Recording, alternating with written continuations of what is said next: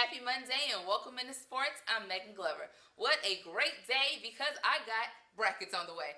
The high school boys prep hoops brackets officially dropped early on this morning, and I am just really excited and happy to announce that a lot of our teams in the area actually are hosting some home games. So of course I had to ask, who's the best quarterback? You're your dad. You know, my dad maybe didn't get to see the greatest side of it on the team side of things when it came to pro sports. You know, when you miss work for a few days, you come back, you may feel a little sluggish. That was essentially the performance of the New Orleans Saints today, and after coming off of a bye week, well, things just weren't going in their favor. Like that one right there. You lock in. Who? Lock in. You gotta lock in. Oh, you already locked in, baby. I don't need to get locked in. Continuing coverage on COVID-19 as it impacts the sports world, and as of yesterday, things have gotten more surreal. New Orleans Saints head coach Sean Payton came forward. He is the first NFL figure tested positive for the coronavirus. One of the most prominent game changers in the game of football, Mr. Michael Vick, he has made his arrival into Grambling State University not only to speak at the GSU football banquet, but to also inherit some of those rich traditions of the university. Slow start for NSU, going scoreless in the first two innings, but soon picking it up, doing very well at bat offensively, putting together 16 hits on 10 runs, 5 of those alone in the fourth. Now for the Cajuns, they get out their slump, closing in, cutting NSU's lead to a one-score game in the bottom of the fourth, 9-8.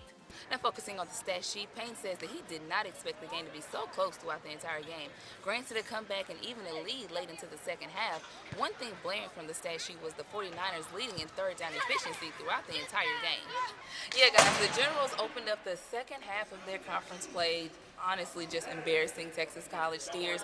As you can see on the score right here, the guys annihilated these guys 117-92, but we're going to talk about the ladies setting the pace first.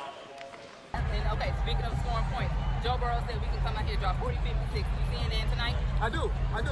They'll score 40 points. It's going to be about making sure you stop Trevor Lawrence and don't allow them to. Covering the national championship from the Mercedes-Benz Superdome, I'm Meagan Glover for ABC 31 Sports. 1, 2, 1, 2, 1, 2. Nice, 1, 2, 1, 2. Good, 1, 2, 1, 2. Beautiful. MMA is not just about the big punches. It's about consistency, love, and desire for the sport. Man, I love what I'm doing. I love this sport. I do. I love it. I've met a lot of people. It changed my life. What started off as a casual conversation in the gym began a new lifestyle for Calvin. I was just in the gym one day, and I heard another guy talking about MMA. You know, this is back when it hit the scene. It's starting to get real popular. And he was like, man, wrestlers make really good fighters. You know, them the guys that make you fighters. And I'm just hitting the weights and I'm listening to this guy. And I was like, I said, man, I used to wrestle. In the late 2000s, he made his trips throughout the fields of construction and firefighting, but he learned that fighting and fitness was where his heart was. So if you look at the time, 2006, I've been fighting about 14 years. So I've been fighting about 15 years, but I've been a professional about 14. And with his contagious passion of the sport, in comes Jose and Julius. I've been fighting probably since I was like 14, but never professionally.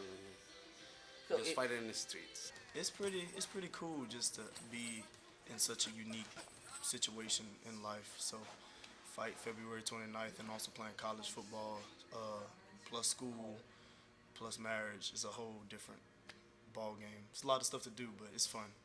All three of these guys will represent Alexandria in the upcoming AKA Rite of Passage fight at the end of the month, this being the first of many for Jose and Julius, and Calvin will take on another fight later on in April. Yeah, it's good. I mean, I like it. I'm going to keep going for it and see what's going on, see what happens. It feels good to represent Alexandria too, you know. I've been here half of my life, so I love it. It's fun. It's different muscles that I'm used to using. So it's always intense. I mean, the warm-ups, just we get sweating right from the get-go, and then we go into whatever workout he has for us. The fighting, just doing the rounds on rounds, and the wrestling and jiu-jitsu over and over again. It's very intense because you also got to use your mind. Granted, mixed martial arts is seen as entertainment, it's so much more. The desire will allow someone to learn, but the passion will allow someone to grow. You can look at fight in a negative way. You could, just like you could anything else on this planet. But if you have the heart to look for the good in anything, in MMA you will find it. And when you find it, you grow to love it. And once you grow to love it and the people around you grow to love them too. So I love this sport because of the people that it's brought me to be around and the kind of respect that I should give to my fellow opponent. And 9 times out of 10, he's giving it back to me too.